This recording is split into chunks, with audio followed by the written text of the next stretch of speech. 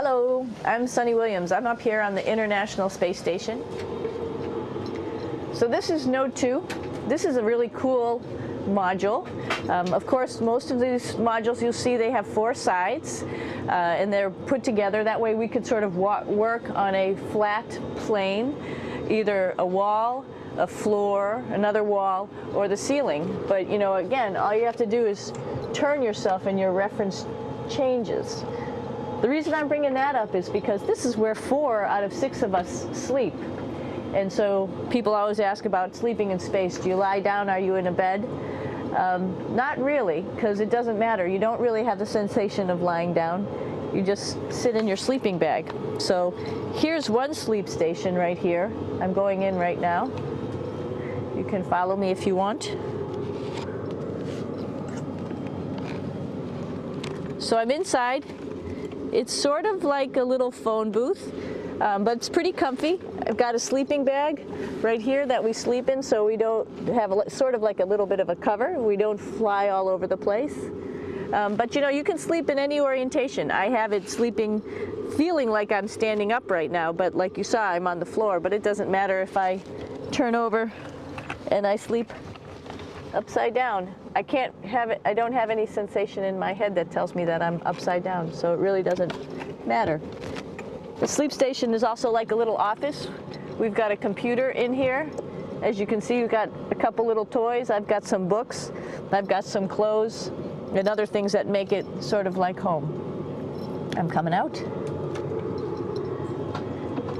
And just for reference, that's one sleep station. This one's another. Right here. There's one on the ceiling, if you want to call it. Right here. And then there's a 4th on the other wall over here. So all of us sleep in a little bit of a circle. All right, come on back. There's more to show you.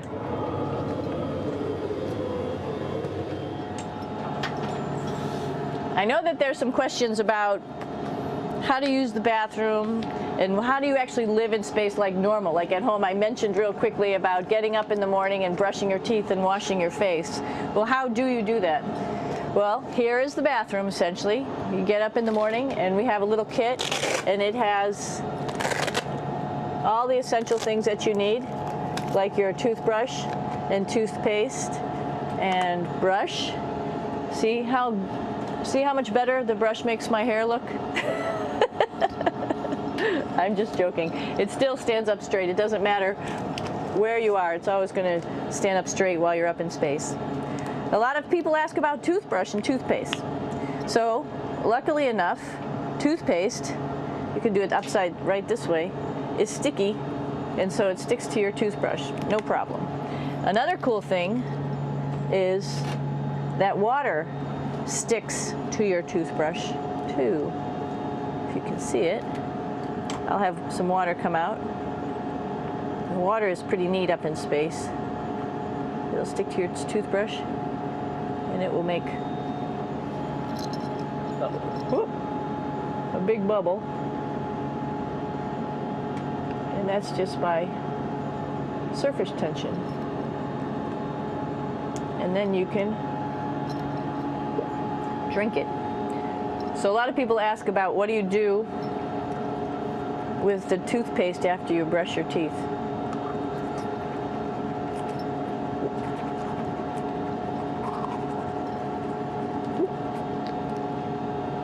Two options. Swallow it, and it's sort of like mouthwash, but it tastes a little gross. Or you can just spit it out in a paper towel, and then you don't have to worry about it. Swallowing thing I wouldn't recommend at home. I'm only up here for 4 months, so it's not that bad. One of the most pressing questions about living in space, of course, is the bathroom. So let's take a look at that little piece of work. Come on in.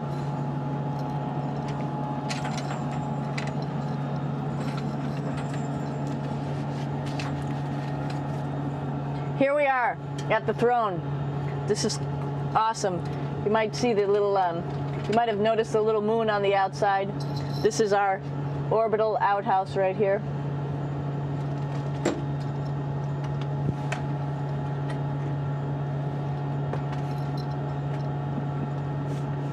And of course, it serves for two functions.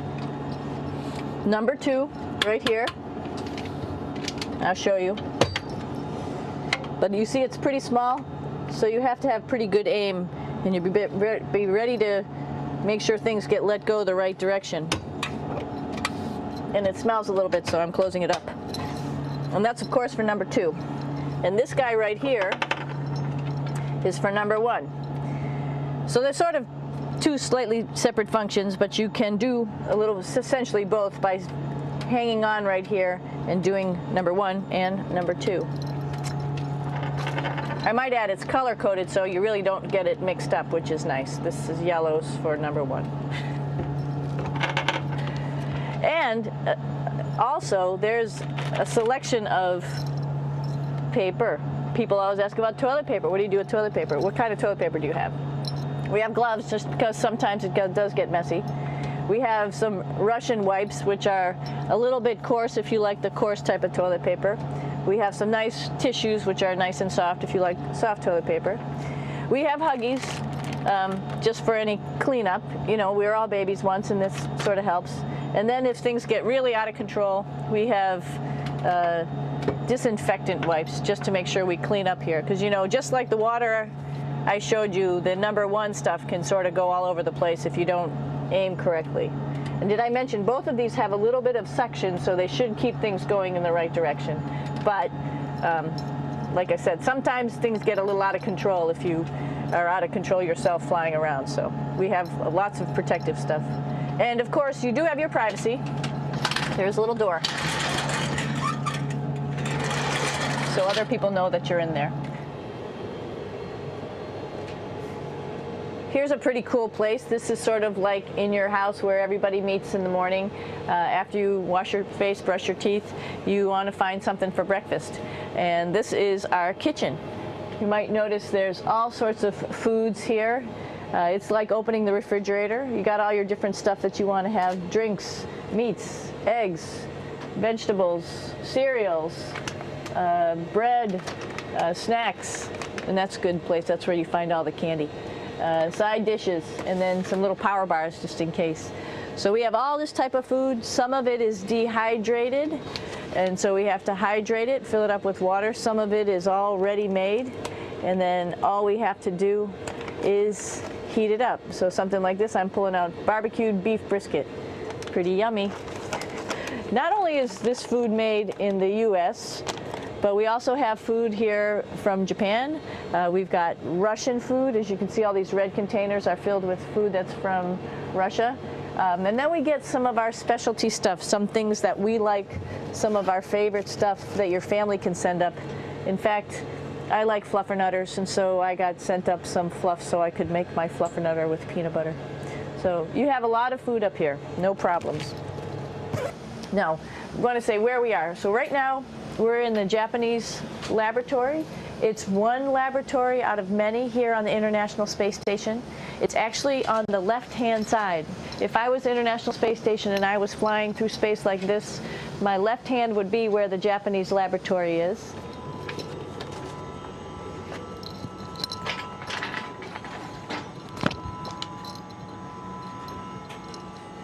So now again, we're on the right-hand side, all the way on the right of the International Space Station.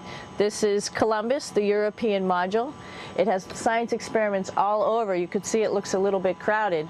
And here we do a lot of our medical experiments.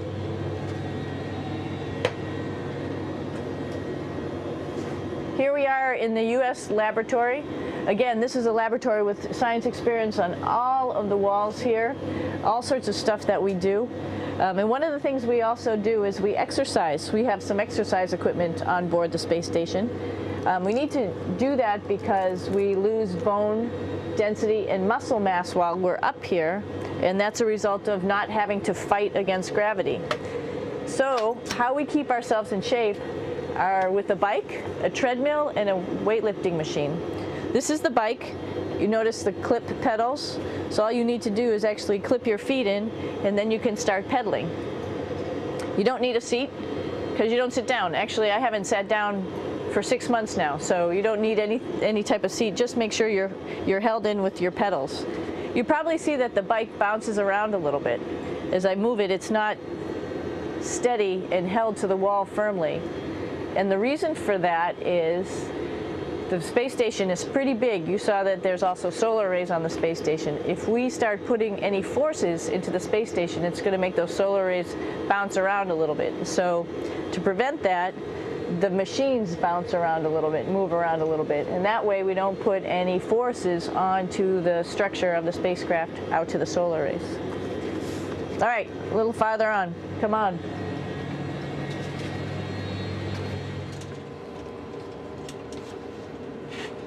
I'm here with my two buddies in the airlock.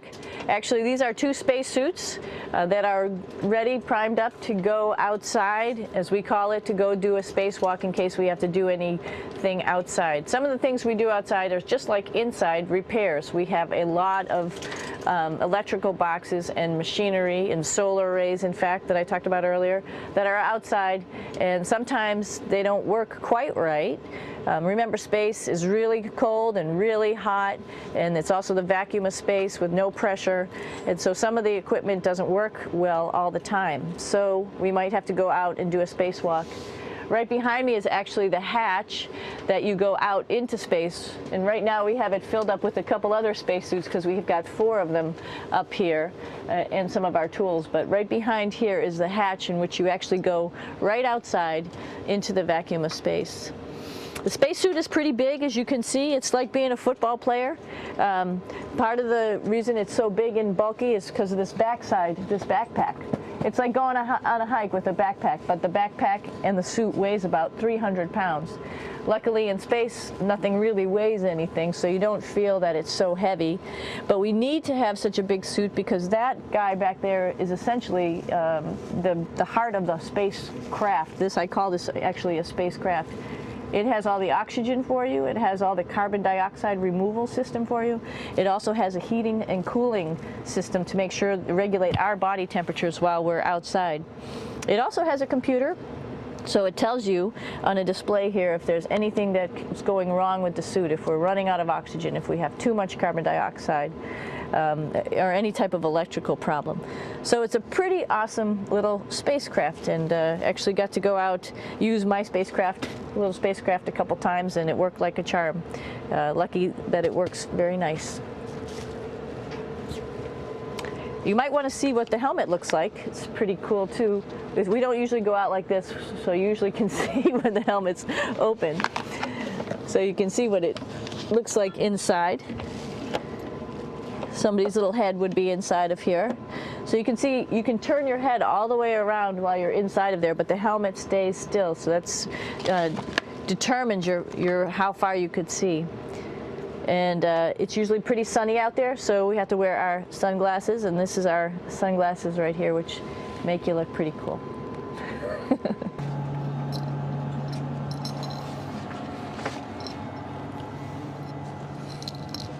It's like a glass-bottom boat. This is the cupola. It sticks down below the space station. It's one of those places you find yourself hanging out in all the time because all you want to do is look back at our planet. I think some questions I had were about what do you do in your free time? And you can't help but want to just come to the cupola and look outside as much as you can. And a lot of folks, I play this game with myself about where we're flying over the Earth.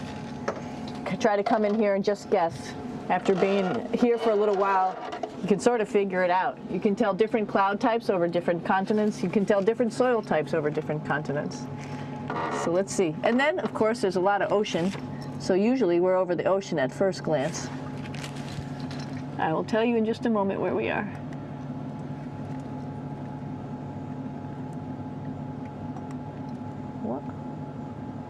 There we go.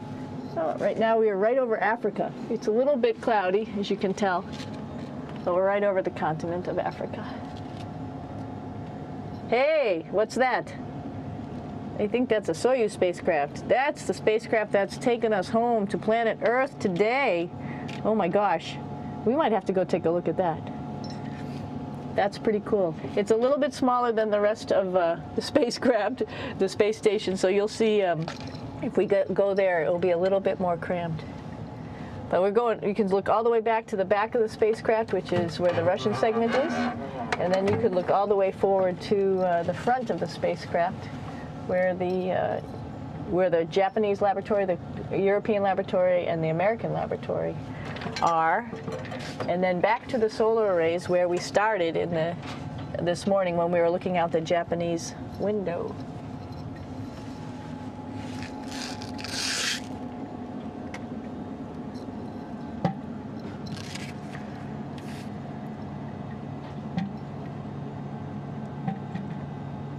So other questions that were here are, what would you recommend as a job, if so, and to what type of person would want to be an astronaut? I think people who would like to explore, of course people who like math and science, that's what this is all about. We have people in the office who are doctors, teachers, veterinarians, engineers, pilots, so all sorts of people become astronauts, and I think if you see it's just sort of cool, so I think people who like to do a little adventure and like to do cool stuff probably usually become astronauts. Hey, one thing I didn't show you, or I talked about but I didn't show you, was the exercise, another piece of exercise device, which is the advanced resistive exercise, and that's what this is right here. This is ARED, and you could probably see this bar. Let me just do a little bit of maneuvering here. Stand by. You have to set it up just like at any other gym.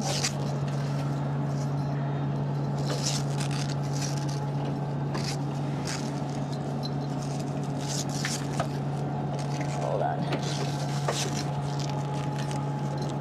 Show you how this works.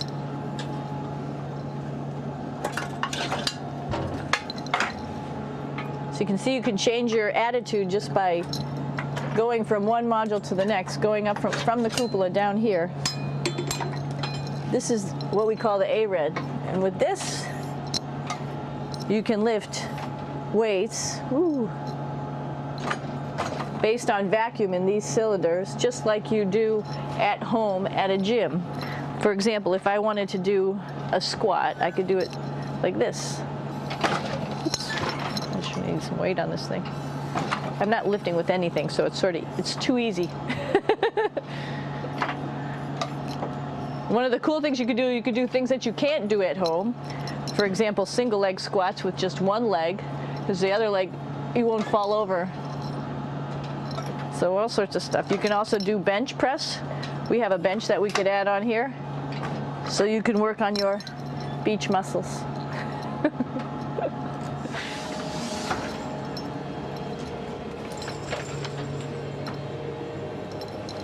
Hey, Aki, what are you doing down there? Crashing things. This is one of the cool things about space, too. It sort of looks like there's a big old hole here, but you don't even think twice about it. You can just jump over the hole. Or, if you want, you can go jump into the hole. I'm coming down. Woo!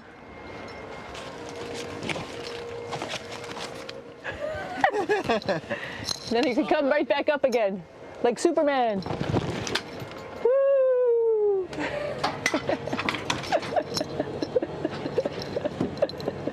We're lucky we have a really cool big space station that you can fly around in. That's actually called the PMM. You might have saw it out the window. It's a big silver canister. What's really great about that is it's essentially our closet in our pantry, or whatever you want to call it. We have extra food down there, we have extra clothes, we actually throw the trash out down there. So it's nice and organized, and we have all of our stuff that we need while we're working in all these other modules all stowed in this location down here. And it's a lot of fun to play in. So we're going into the Russian segment. Be ready. You don't need a passport either.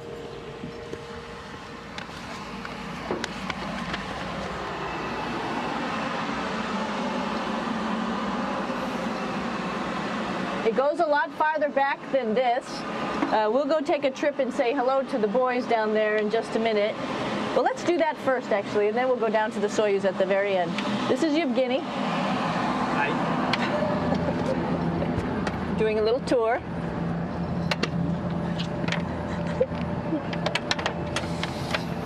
This is the FGB, and what's cool about this module, it is actually the very first piece of the space station that came up in 1998. The space station has been around for about now manned for 12 years, but it's been up in space for about 14 years. And this was the very first. It is like the Russians' PMM. It has a lot of storage, as you can see.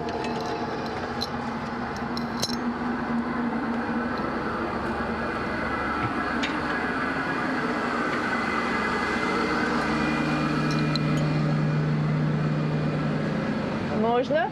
Снимаем. Чуть-чуть. So here we are in the heart of the space station, really. This is the service module. This is the central post. In case we had any problems, I know a couple of the questions were about what type of things do you have to worry about. And some of the things we have to worry about in space are fire. If we had a fire, if we had a depressurization, like we were hit by a micrometeorite and it made a hole, or if we had some type of toxic atmosphere. We use ammonia for our radiator, so there is a possibility that ammonia could come into the vehicle, and then it would be bad for all of us. If we have any of those problems, we come right here, which we call the central post. It is the main heart of the space station. It was also the first computers that came up here that ran the space station. And so behind this wall right here are these main computers. So we gather here as a group of 3 or 6 and then figure out how we're going to either fight the fire, patch the hole, or solve the toxic spill. And what's cool about this module, of course, it's the central post. It also has great windows right down toward Earth. It has controls to fly in visiting spacecraft if they need some assistance right here. It has Russian computers as well as American computers to help us control anything we need to on the space station.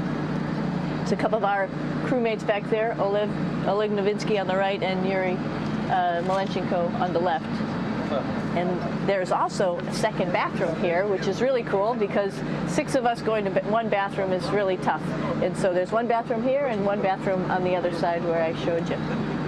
And you can probably see on the wall behind Oleg and Yuri some of the heroes of the space program. Sergei Korolev, who was a chief designer of putting men into space, and of course on the right-hand side, Yuri Gagarin, the first man to go into space. So just reminds us of our roots. Yuri, what are you doing? Что делать? Making coffee. Oh. Black coffee. Yeah. Looks good. Okay. Спасибо. We're going to check out our Soyuz real quick. Make sure it's ready to go. All right, back to the Soyuz.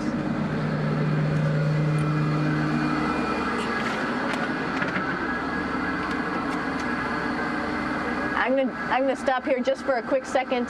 You can see on the Russian spacecraft there's also other modules that stick out, down, and above. Right here is, let's see, I'm trying to be oriented. That's a place where we do spacewalks from for the Russian side. There's Russian spacesuits in here, and also a visiting vehicle which brought fruits and vegetables and becomes a trash container when we undock. Up on this side is also a future place where they're going to do spacewalks from, and connected to it is Kevin's, Oleg's, and Yevgeny's Soyuz spacecraft. And now let's go see ours. Whoa! Извините. No problem. Это пробка.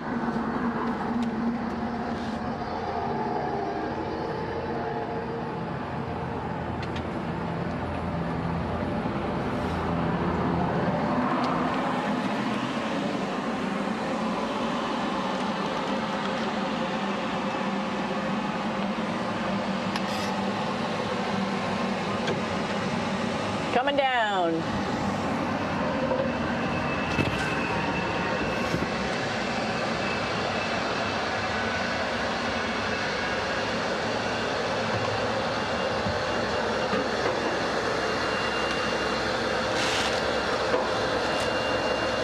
It's a little tricky getting in here.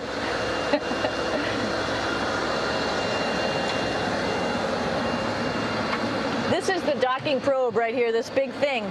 This helps us connect to the spacecraft. This probe actually sticks into this cone, and that's how the spacecraft, our Soyuz, becomes connected to the ISS initially. That is then replaced by clamps, which are around here, that will allow the two spacecraft to be stuck together. And then you can remove the probe and the cone.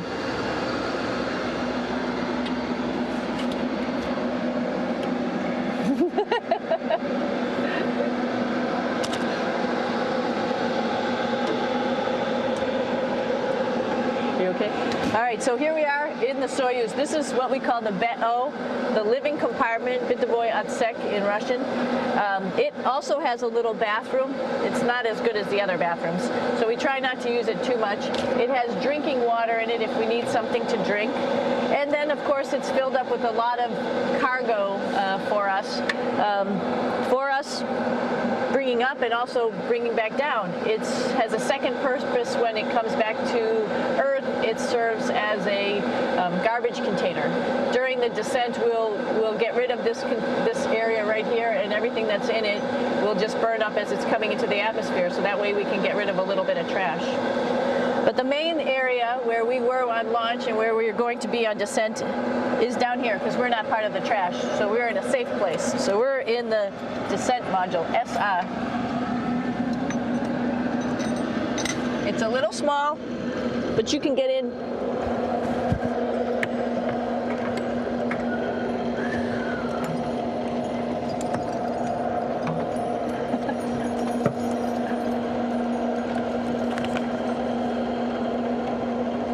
Not sure how well you could see in here. Hold on for a second. I'm going to turn it up this way, just so you could see the hatch and you could see Kevin. It's a little bit small, but we'll come in and show you around. You coming in? Probably not. Okay.